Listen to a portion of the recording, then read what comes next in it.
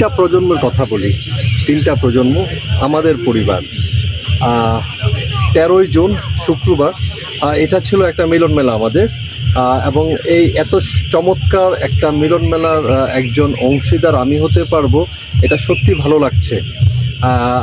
আমি ধন্যবাদ জানাই সবাইকে যারা এই আয়োজনের সাথে সম্পৃক্ত ছিল এবং যারা এসছে আয়োজনের মধ্যে, তাদেরকে অবশ্যই ধন্যবাদ জানাই। আমি যদি 5 ভাইদের কথা বলি, রফিকুল ইসলাম, শফিকুল ইসলাম, মফিজুল ইসলাম, নজরুল ইসলাম এবং আতিকুল ইসলাম,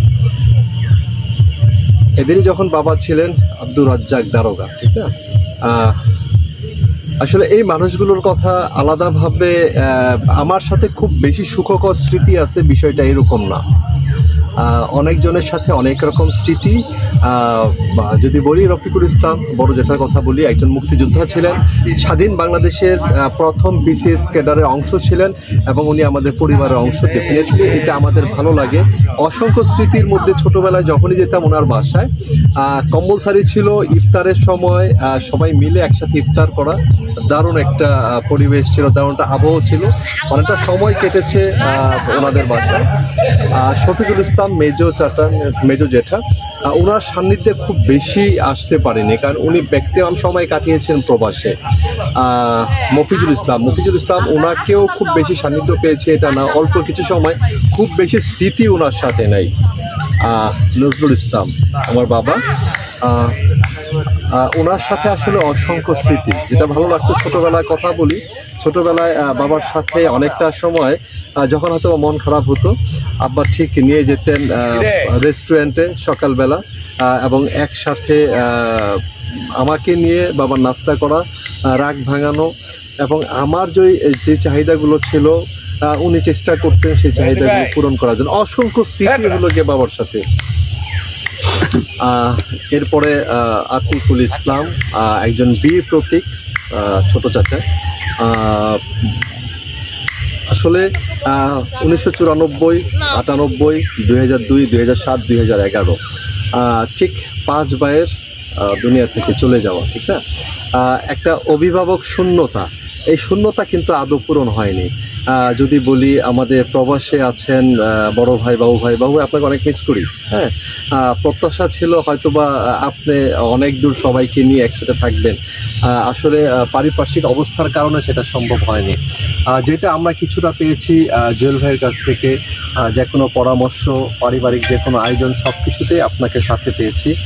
আপনার সাথে পরামর্শ করার সুযোগ হয়েছে এবং যে কোনো মিলন মেলায় আপনার সান্নিধ্য আমাদেরকে সবসময় অনুপ্রাণিত করে।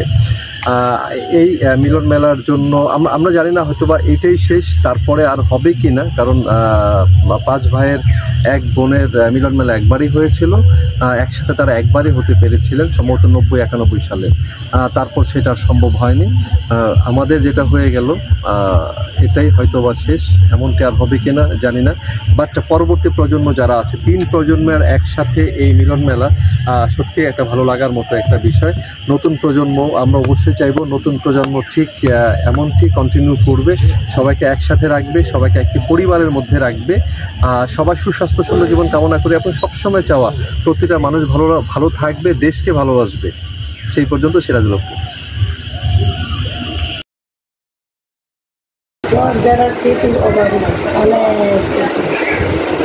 একটা স্মৃতির কথা বলেন না, যেটাকে আপনি হয়তো যখন চুপচাপ থাকেন, নির্জনে থাকেন, যে স্মৃতিটার কথা মনে হইলে আপনার খুব ভালো লাগে বা ভালোর একটা মুহূর্ত আপনার মধ্যে প্রতিফলিত হয়। তোর ছিল এমনিতে পরিশ্রম করতে করতে কাজটা, মানে অনেক রাত দিন 24 ঘন্টা কাজ করতে হতো, ওইটা আসতো। তারপরে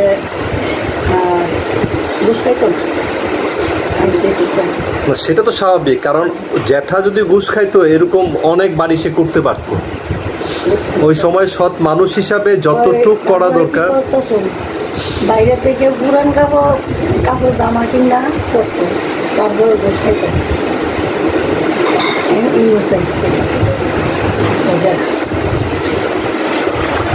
বাবু ভাইকে নিয়ে কোনো স্মৃতি? বাবু ভাই তো একজন মাটির মানুষ, সাদা সিধা, রাগ হইলে একটু তেজ দেয় না, আর কিচ্ছু না, আর ভিতরটা পুরা clear। বাবু ভাইয়া কেমন মানুষ আমি এবার না গেলে যেটি আমি বুঝতাম না, হ্যাঁ। এবং আমি প্রথম দিন, আমি এখনো বলি, আমি বাবু ভাইয়ের বাসায় 3 রাত্র ছিলাম। প্রথম দিন রাত 3টা, 3:30 পর্যন্ত কথা বলছি, হ্যাঁ। দ্বিতীয় দিন রাত 1:30 থেকে 2টা পর্যন্ত কথা বলছি। পরদিন সকালে চলে আসছিলাম। তারপরও আমরা বাইরে ছিলাম, বেশ অনেক বেশি সময় কাটাইছি বাবু ভাই সহ। এবং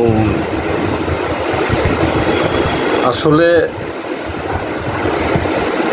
বাবু ভাই খুব একটা ভালো নাই, এই সেন্সে বললাম ভালো নাই, কারণ আত্মীয় স্বজন থেকে দূরে, হ্যাঁ, ভাই বোন, এত আত্মীয় স্বজন। আজকে এই যে গেট টুগেদার করলাম, আমরা বসলাম, এইটাও আমি বাবু ভাইয়ের সাথে তখন থাকা অবস্থায় বলছিলাম যে বাবু ভাই আপনি দেশে আসলে আমরা একটা গেট টুগেদার করবো। রোজি আপার সাথে কথা বললাম, জুয়েল ভাইয়ের সাথে কথা বললাম, হ্যাঁ। এবং এই যে এই আয়োজনটা করার জন্য এটা মানে সবাই প্রশংসার দাবিদার, তারা ছাড়া এই আয়োজন কখনোই সম্ভব ছিল না, হ্যাঁ। এই যে আমি যখন কথা বলি, বাবু ভাই যখন আপনার কথা বলে যে এই বাড়িতে মা যতদিন থাকবে বাড়ি এরকমই থাকবে, হ্যাঁ, এটা করাই হয়েছে মায়ের জন্য। মানে আপনাকে সে অনেক বেশি মিস করে। আমিও মিস করি বাবুর মতো ছেলে হাজারের মধ্যে একজন পাবি না। আমার নিজের গোলাপিল্লা করতেছি না, আমার গোলাপে ইনোসেন্ট, এইটা 1000 বার 100 বার করতে পারে, কোনো সমস্যা নেই। আমার এই বাবুর জন্য আমার বেশি বাবু ভাই আপনাকে অনেক বেশি মিস করে। কিন্তু এই যে মুকুল তো এমনি খারাপ না, ও তো পেয়েছি এমনি, কিন্তু মানুষের কোনো কিছু ক্ষতি করে না বা মানুষের সাথে কি করে না।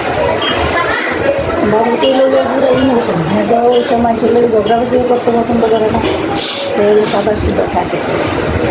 রোজি আপাকে নিয়ে কোনো কথা? রোজি আপু ভালো হয়েছে, মাঝে মাঝে রাগ দুধটা লাগে আর কি, একটা ছিল যে স্বাভাবিক, সবাই একটু ঘটে। আল্লাহ রহমত ভালো আছে, কেউ তো বাইরে দোষ না, যাচ্ছে যতটুকু আপনার দাদিকে নিয়ে যতটুকু কোনো স্মৃতি মনে আছে কিনা? দাদি হঠাৎ করে অসুস্থ হয়ে গেছে, আমি এই সময় 6-এ পড়ি, প্রথম সামরিক পরীক্ষা দিতেছি, হঠাৎ করে খবর আসছে তোমার দাদি অনেক অসুস্থ। তারপরে আমি রাত্রে গেছি, এইখান থেকে আমাদের বাড়ি থেকে রাত্রে 10টায় রওনা দেয় আমার আব্বা, আমি আমার আম্মাই গেছি। যাওয়ার পরে তোমার দাদি সারা রাত্রে আমার সাথে কথা বলছি, আমার দেখে সুস্থ হয়ে গেছে না যিনি। তারপরে রাত্রে থাকতো, এবার আমরা ডাকে উড়ে দিচ্ছি, উড়ে এনছি না, দেখবো সবাই দেখবো, তাই নিয়ে যান কাকে আমি দেখে নিলে উড়ে এনলে আর এই আর থাকতো না যিনি। তোমার দাদি অনেক ভালো মানুষ, সারা রাত্রে আমার বুকে নিয়ে ঘুমাচ্ছে, আমার সাথে অনেক কথা বলছে জীবন। ঠিক আছে,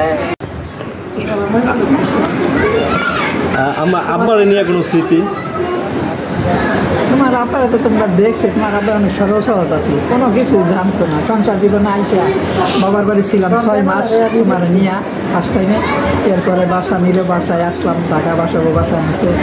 এরপরে তোমার আব্বাই ব্যবসা করবো, ইন্ডিয়া গেল, নিজের দেশে গ্রামেতে জমি বিক্রি করে গেছে, আমার কাছে বলে না। তো বড় বাসুনে তোমার বড় জায়গায় জিজ্ঞাসা, পুরা মা এই জমি বিক্রি করে আনছে, তোমার কাছে বলছে? আমি কই না, এই জমি বিক্রি করে ঢাকায় এক বন্ধুর সাথে ইন্ডিয়া গেছে, ইন্ডিয়াতে মাল কিনে আনছে, আইনা লাভবান হইতে পারে নাই, তবে ব্যবসা করছি কিছুদিন ওই নাই। এরপরে ঢাকার বাসা ছেড়া দিলে আসলাম মিরপুর, না উত্তর টঙ্গী গেলাম, টঙ্গী গিয়া TNT কলোনিতে বাসা নিলাম, হ্যাঁ না থাকতেছি। পরে ওই চা পাতা ব্যবসা ধরলো, চা পাতা ব্যবসা করতে করতে অনেক দিনই করলো, করার পরে অনেক টাকা লস খাইছে, 40,000 টাকা টঙ্গী এখন বাকি পড়ে রয়েছে। এরপর আইসা করলো আবার মিরপুর আসার পরে আমি বেকার আছি তোমার আব্বাই কিছুদিন, আমি কিছু গার্মেন্টসে দেখলাম, চাকরি করলাম, সংসার চালাইলাম। পরে তোমাদের স্কুলে ভর্তি করছে। এরপর তোমার আব্বাই আবার এই চা পাতা ব্যবসা করছে, দেখবার পরে এই চা পাতা ব্যবসা করার পরে আমি আবার গার্মেন্টসের চাকরি ছেড়ে দিলাম, 4 বছর করলাম।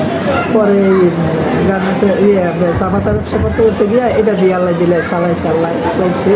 এরপরে 7 নম্বর বাড়ি কিনলাম, বাড়ি কেনার পর আবার দোকানদার রাইখা দিলাম, অ্যাডভান্স দিয়া অ্যাডভান্সে টাকা দিচ্ছিল। পরে দোকান চালাইতে এই পর্যন্ত আসছি,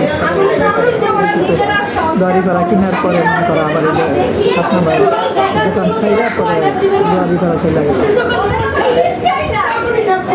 তাই না, আমার তো 3 বাচ্চা ছিল, তার মধ্যে একজন চলে গেছে। আমার জীবনের অর্ধেকটা সময় ওইখানেই শেষ হয়ে গেছে। আমার হাজবেন্ডও চলে গেছে।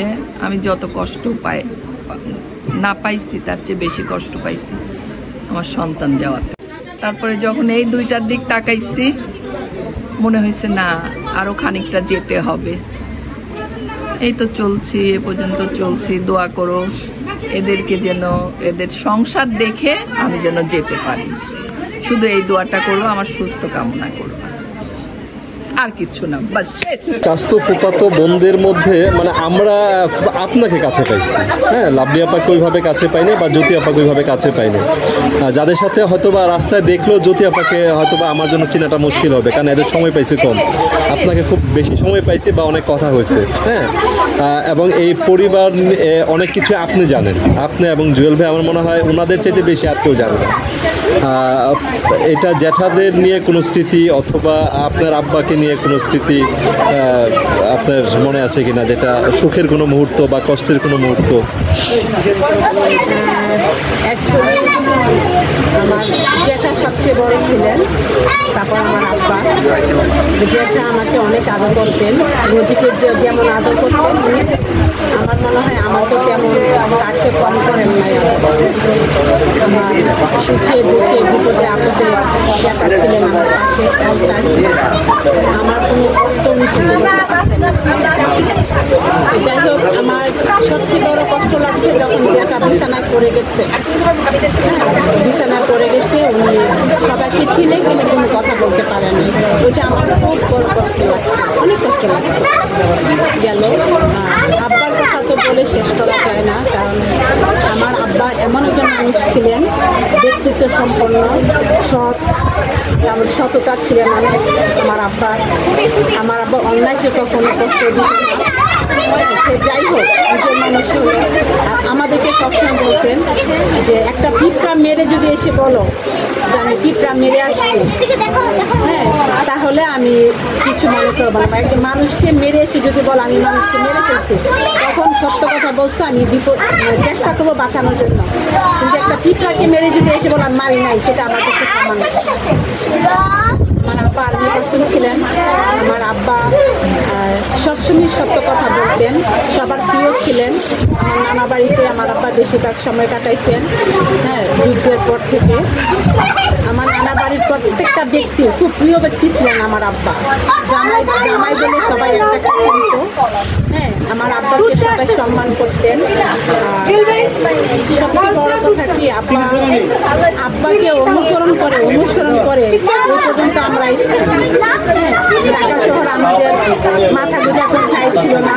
আল্লাহর কাছে হাজার শুকরিয়া যে আমাদের প্রত্যেকটা ভাই বোনের মাথা গোঁজা ঠাই হয়েছে ঢাকা শহরে। সেটাও আমার আব্বা আব্বার সবসময় বলতেন পরিশ্রম সাফল্যের কাছে, পরিশ্রম করবা তুমি সফলতা অর্জন করবা। পরিশ্রমহীন ব্যক্তি আমি পছন্দ করি না। সবসময় আব্বার সততাটাকে ধরে রাখার চেষ্টা করছি। আর আমাদের এমন একটা ফ্যামিলি, মুক্তিযোদ্ধা পরিবার।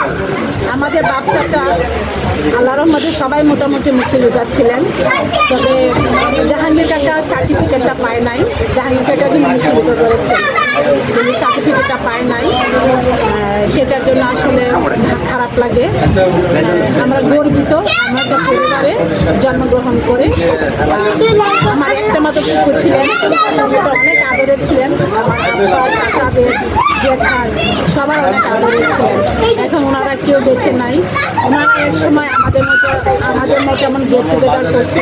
আজকে আমরা আসছি, হয়তো পরবর্তী গেট টুগেদার হবে, পরে হবে না হবে জানি না। তখন হয়তো সবাই থাকতে পারি পৃথিবীতে, আবার হয়তো বা অনেকে না থাকতে পারি। স্মৃতিগুলা মনে থাকবে, হ্যাঁ, এগুলা খুব ভালো উদ্যোগ। আর সবচেয়ে বড় কথা হলো আমাদের ভাই বোনদের মধ্যে একটা বন্ডিং আছে, আমাদের বাবা চাচাদের মধ্যে। ওনারা একজন আরেকজনকে খুব ভালোবাসতেন। আমরাও চাচাতো ভাই বোন, তো মামাতো খালাতো যত ভাই বোন আছে সবার মধ্যে আমাদের একটা একতা আছে। আমরা সবাই একে অপরকে খুব ভালোবাসি। তবে জ্যাঠাকে নিয়ে কষ্টের কোনো স্মৃতি? হ্যাঁ, আমার আব্বাকে নিয়ে কষ্টের স্মৃতি আসলে কষ্ট তো আছে, কষ্ট অনেক আছে। আমার বাবা যখন মারা যায় আমি সামনে থাকতে পারি না, এটারও একটা স্মৃতি আছে, সব কিছু বলা যায় না। এই কষ্টটা আমার সারা জীবন থেকে যাবে যে আমার বাবার শেষ মুহূর্তে আমি সামনে থাকতে পারি না। দুলাভাইকে নিয়ে কোনো স্মৃতি? দুলাভাইকে নিয়ে তো আসলে অনেক খুব সুখের একটা স্মৃতি। সুখের স্মৃতি, সে আমাকে কখনো কষ্ট দেয় নাই, সে আমাকে বুঝতো, জানতো, আমার কষ্টে সে কষ্ট পেত, আমার সুখে সুখ পেত। তবে আমি যখন কষ্ট পেতাম সে আমাকে বুঝাতো, বলতো যে না কোনো সমস্যা নাই, মানুষের কষ্টের পরে সুখ আসে। হ্যাঁ, সে কষ্টটাকে দূরে রাখতে হবে না, কষ্টটাকে ভুলে যাও। হ্যাঁ, এরপরে হয়তো ভালো কিছু আছে। আর তাকে আমরা হারাইছি আজ 5 বছর হয়ে গেছে, আজকে তার মৃত্যুবার্ষিকী। তো আজকে স্বাভাবিক আমার কাছে একটু খারাপই লাগছে, তার মধ্যে আমি চেষ্টা করছি আজকে হাসি খুশি থাকার, আনন্দ দেওয়ার। ধন্যবাদ আপা। যেমন আমি ফুপাকে দেখছি খুব ছোটোবেলায়, এবং তোমাদের বাড়িতে আমি গেছিলাম তখনও, যখন কাকা আসে তখনও ফুপা জীবিত ছিলেন। হ্যাঁ, ফুপুকে তো পুরো সময়টাই দেখছি যখন তোমাদের বাসায় পর্যন্ত ছিলেন, অসুস্থ ছিলেন, এবং রাত্রেবেলা সে হাসপাতালে নিয়ে যাওয়া, মানে পুরো সময়টাই আমার স্মৃতির মধ্যে, একবার দাফন পর্যন্ত। তোমার ফুপুকে নিয়ে অথবা ফুপাকে নিয়ে কোনো একটা স্মৃতি তোমার কি মেমোরিতে আছে কিনা? আসলে অনেকে আছে।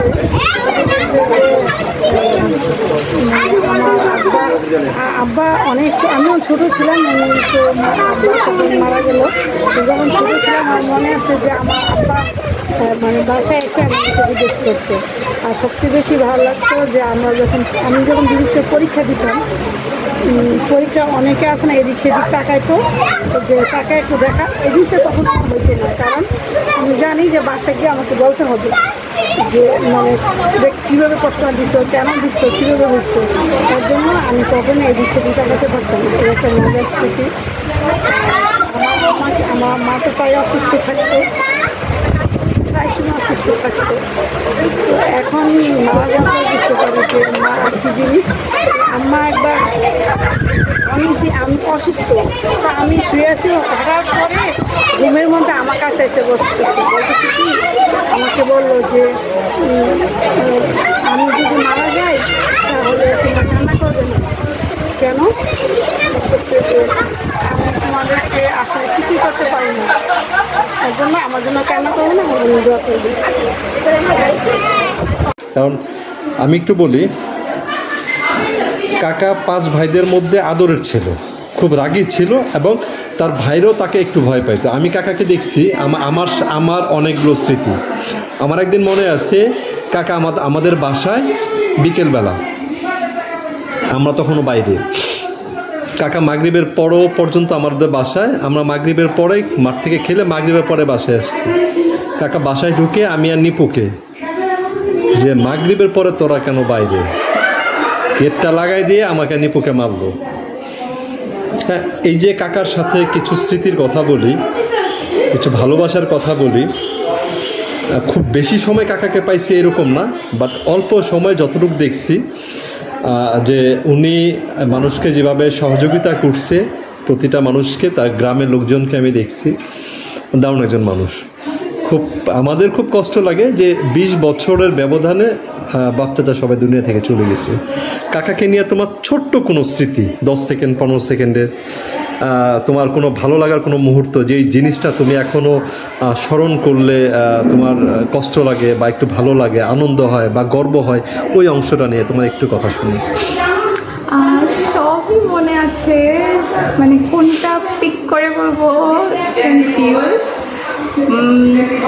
অনেক বেশি ভালো মেমোরিজ আছে, বাট খুব কম টাইম, বিকজ আমি যখন অলমোস্ট 10 years ছিলাম তখন he passed away, but he used to love me a lot, he used to adore me, he was a great father, nice human being I must say. And memories আমরা মানে we used to have a family time at night after dinner আমরা একসাথে বসে TV দেখতাম মাঝে মধ্যে সে বাইরে নিয়ে যেত আমাকে ফ্যামিলিকে আমার বোনকে ভাইকে একসাথে বাইরে নিয়ে যেত ঘোরাঘুরি করতো he was a bit strict but as a father it's okay but আমার এখনো মনে আছে একটা মানে ফানি মেমোরি দুইবার he did hit me but আমাকে মারার পরে he was the one who was crying and I was like আমাকে মারছে I should be the one crying why is he crying but ওটা এখন বুঝি যে কেন কান্না করছিল হয়তো বা heat of the momentে he did hit me but ওই পেইনটা তার পরেই ফিল করতে পেরেছে অনেক বেশি ভালো মেমোরিজ আছে পিক করা খুব টাফ বাট হ্যাঁ I clearly remember one of the most important thing in my life would be losing him because এটা খুব আনএক্সপেক্টেড একটা মোমেন্ট ছিল I never expected of losing him because last ডেতে আমি দেখছিলাম তাকে normal he was supposed to meet me but life happened and when I came to Dhaka I just saw that he was so one of the tragic moments I think the most tragic moment because the first person in my family my close one that I lost was my father so কোনো স্মৃতি কোনো কথা আপনার মনে পড়ে কিনা আর হলো এই 5 ভাইকে একসাথে একটাই ছবি 5 ভাই এক বোনের এবং এই একত্রিত করার জন্য সবচেয়ে বড় ভূমিকা যাদের মধ্যে ছিল তাদের মধ্যে আপনি অন্যতম ওই সময়টার একটু স্মৃতি শুনতে চাইবে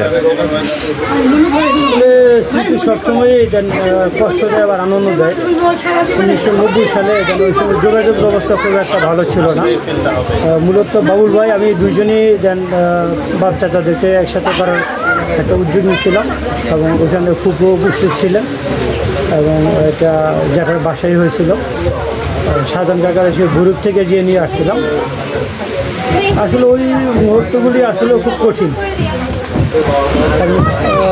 কাকা জার্মানিতে থাকতো কাঁঠাল খায় না অনেক বছর যাবৎ বলার পরে বাবুল ভাই আমি সেই নিউ মার্কেটে যাইয়া সিজন ছিল না আনসিজনে যেয়ে কাঁঠাল নিয়ে আসি এবং বাচ্চাদেরকে রজনীগন্ধা স্টিক দিয়ে আমরা বরণ করে নিয়েছিলাম এবং অনেককে মানে একটা আবেগ গণপরিবেশের সৃষ্টি হচ্ছিল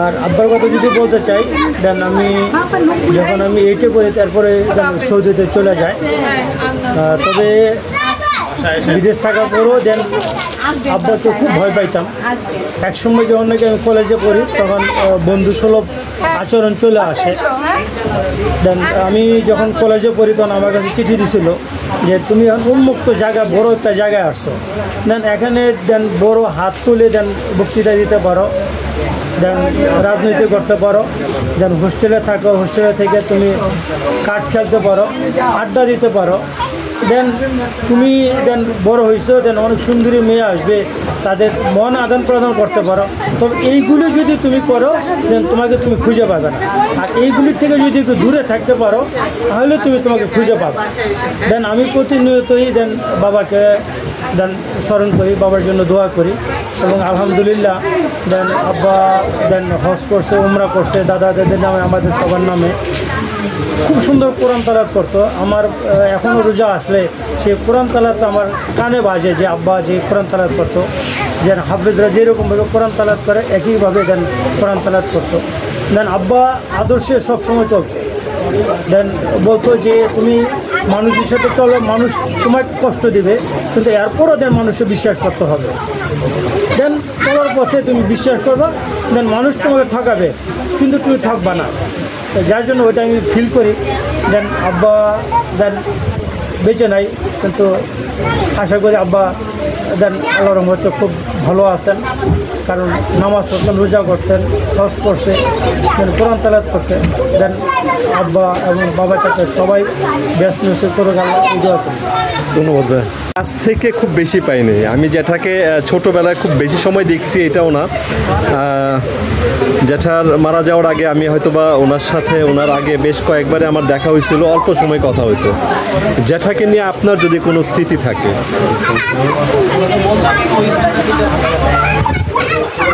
আমার আব্বা সরকারি চাকরি করতো, ছোটোখাটো সরকারি চাকরি করতো। সরকারি চাকরি করা অবস্থায় আমার জানার মতে আমি আমার আব্বাকে দেখেছি 100% সহজ জীবনযাপন করছে। আব্বা কোনো সময় অসৎ পথে একটা কামাই করেন না এবং আমাদেরও একটা কামাই করে খাওয়ার নেই। যাক, আমি লেখাপড়ার আমি আব্বা ভৈরব চাকরির সুবাদে ভৈরবে আমরা বাড়ি করে ফেলছি। আমি ঢাকা চলে আসছি। আমরা ঢাকা চলে আসার পরে আমি ঢাকা লেখাপড়া করি। একটা সময় কোনো কারণবশত আমি রাগ করে কুরবানি ঈদে বাড়ি যাই। আমাকে কুরবানি দিতে হয়েছে, কিন্তু আব্বা কুরবানি ঈদে আমি বাড়ি যাই না, বিদায় আব্বা গরু মাংস খাই না। যত দেখা গেছে আমি কুরবানি ঈদের প্রায় 15 দিন পরে গেছি। আব্বা 15 দিন পরে আমি যাওয়ার পরে এবার আব্বা আমাকে গরু ওই স্মৃতি কথা স্মরণ হলে আমার চোখে এখনো পানি এসে। আর এটা কথা আব্বা মারা যাওয়ার আগের দিন ঢাকা আব্বা অসুস্থ ছিল, লিভার মারা গেছে। অসুস্থ হওয়ার আগের দিন আব্বা ঢাকা আসছে, ঢাকা থেকে ঘুরে পারলাম, আম্মাকে পারলাম। আব্বা যাওয়ার আগে আব্বার সাথে কোনো ব্যাপারে আমি শুয়ে রয়েছি। আব্বা বলছে ওঠার জন্য আব্বা আমি উঠি নাই, আমি রাগ করছি। ওই জন্য আব্বা আমার প্রতি রাগ করেছে, তুই আমাকে আর কোনো সময় আব্বা ডাকতে পারি বাবা ডাকতে পারি না, তোর আজকে তোর বাবা ডাকা নেই। কিন্তু আজকে আমি ওই দিনে আমি ট্রেনে তুলে আবার ঘুরে পাড়াই দিই। পরের দিন আমি শুনতে পাচ্ছি আব্বা মারা গেছে। স্মৃতিটা এই স্মৃতি এখনো আমার মানে ওই কথা স্মরণ হলে এখন আমার চোখে পানি এসে করে। এই স্মৃতি আমি বারবারই আপনার কথা শুনলে বারবারই ওই কথাটা আমার স্মরণ এসে করে। আপনাকে সবাই তোমরা দোয়া করবো, আমি দোয়া করি আপনাকে তাই পরে জগতে ভালো রাখে। স্মৃতি মনে আছে, কারণ আমি দেখছি যেটা সর্বশেষ যখন বাইরে থেকে আসে উনি তোমার জন্য একটা সাইকেল নিয়ে আসছিল। হ্যাঁ, এটা আমার একটু হ্যাঁ, এবং এই সাইকেলটা পুরো পার্টস খোলা ছিল। আমি যেটাকে জিজ্ঞেস করছিলাম যেটা সবগুলা পার্টস যে খোলা, এটা চালাবে কিভাবে, তো বলতেছে সবগুলো অ্যাসেম্বল করে চালানো যায়। এটা আমি তখন জানতাম না। হ্যাঁ, যেটা এই জিনিসটা বলছিল, আমার এই জিনিসগুলো মনে আছে। এবং উনি যখন লাস্ট টাইম যখন বাইরে যায় তখন একটা মিনি বাসে করে আমরা সবাই গেছিলাম এয়ারপোর্টে। হ্যাঁ, মানে কিছু স্মৃতির কথা বললি আর কি। প্রথম যখন আসছিল এয়ারপোর্টে, যেমন ছোট আমি তো এক বছর বয়সের সময় আব্বা চলে গেছে। তা মনে হয় আমার 4-5 বছর বয়সের সময় প্রথমবার আসছে। তখন ওইটা এক্সাইটমেন্টটা অনেক বেশি ছোট। তাও মনে আছে যে আমার যখন ওই যে বাজারে বা যাওয়ার সময় সেন্ডো ভাইয়ের সাথে বা লোকজন জিজ্ঞেস করলে যে এই 10 দিন পরে আসতেছে, 1 সপ্তাহ পরে আসতেছে, তো আমার খুব এক্সাইটমেন্ট ছিল। যেটা যে আমার আব্বার সাথে অনেক খুব অল্প সময় কাটাইছি। 2বার ছুটিতে, 2 মাস 4 মাস। আর আসার পরেও 1.5 বছর পরে তো মারা গেল। ওই সময় কাকার অফিসে যেত, আমি সকালে স্কুলে চলে যেতাম, রাত্রে আব্বা আসার আগে আমি ঘুমাই যেতাম। হয়তো শুক্রবার শুধু দেখা যেত। ওইভাবে আমার মানে খুব বেশি স্মৃতি নাই আব্বার সাথে, কিন্তু ওইটার জন্যই মানে আব্বাকে ফিল করি বলে ওই যে আমার ছেলের নাম আব্বার নামে রেখে দিচ্ছি। এইটাই মানে আর অন্য বরঞ্চ মানে যেমন জাহাঙ্গীর কাকা, আলম কাকা বা জেঠা, তাদের কথা মনে আছে। যেমন আমি ছোট অবস্থায় যখন প্রায় আসলে প্রতিবারই যেটা বলতো যে তোমাকে যে বাঘের বাচ্চা দেখাইতে নিয়ে যাও, বাঘের বাচ্চা দেখাইতে। তাই হয়তো 6 মাস পরে আসলে আবার একই কথা বলে। তখন আমার মনে আছে ছোটো সময় বলতেছে যে যেটা আপনি যে যখন থেকে বলতেছেন বাঘের বাচ্চার কথা, এতদিন তো বাচ্চা আর বাচ্চা নয়, বাঘ হয়ে গেছে। তো এই ফুবু বা অন্যরা সবার সাথে ছিল যোগাযোগ, কিন্তু আব্বার সাথে আমার ইয়েটা খুব কম, কাজটা কম ছিল। ঠিক আছে।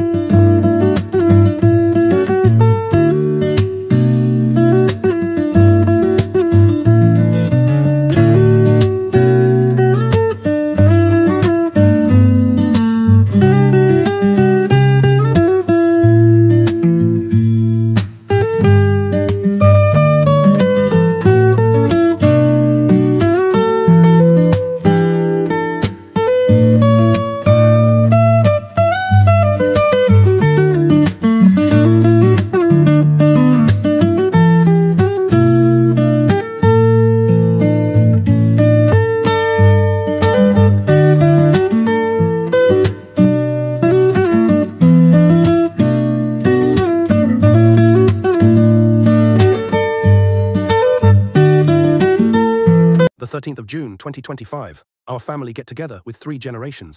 এই আয়োজনের পেছনে সবচেয়ে বেশি ভূমিকা রাখছে হলো আমাদের রোজি আপা এবং জুয়েল ভাই, হ্যাঁ, কারণ এদের মানে কর্মকাণ্ড ছাড়া বা এদের উৎসাহ ছাড়া এই আয়োজনটা আর হলো বাবু ভাইকে না বললেই নয়, কারণ আমি যখন লাস্ট গত মাসে ইউকেতে ছিলাম তখন বাবু ভাইয়ের সাথে এবং রোজি আপার সাথে এখানে ডিসকাশন করছিলাম এই আয়োজনটার বিষয়ে। মিস করতেছি হলো সেন্টু ভাই থাকলো বা জগতের আয়োজন ছিল, আরেকজন হলো আমাদের মাহবুব ভাই, মাহবুব ভাইয়ের সাথে এখানে অনেকের সাথে অনেক বছর দেখা পরিচয় আমি আমরা দেখছিলাম সম্ভবত 30 বছর আগে মাহবুব ভাইকে, বাট তারপরে মাহবুব ভাইকে মিস করি, হ্যাঁ।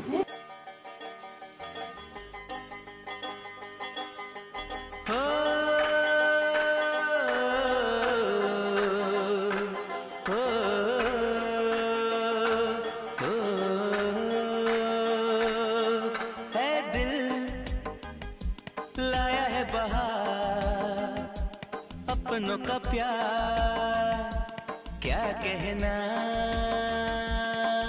मिले हम छलक उठा खुशी का खुमार क्या कहना,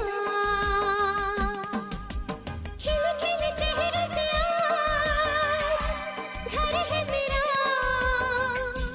गुले गुलजार क्या कहना,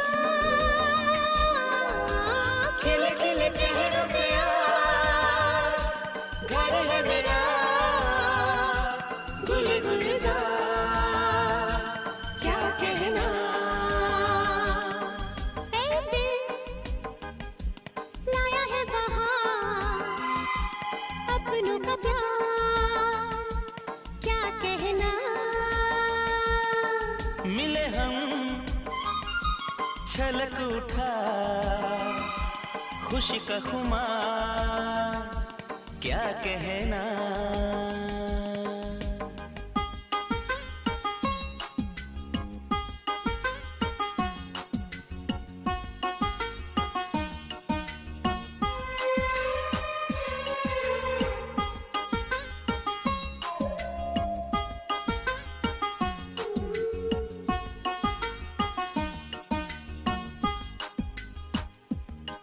हम तुम यूं ही मिलते रहे महफिल यूं ही सजती रहे, बस प्यार की यही एक धुन हर सुबह शाम बजती रहे, गले में महकता रहे प्यार भरी बाहों का हार क्या कहना, खिले खिले चेहरों से आज घर है मेरा गुले गुलजार क्या कहना,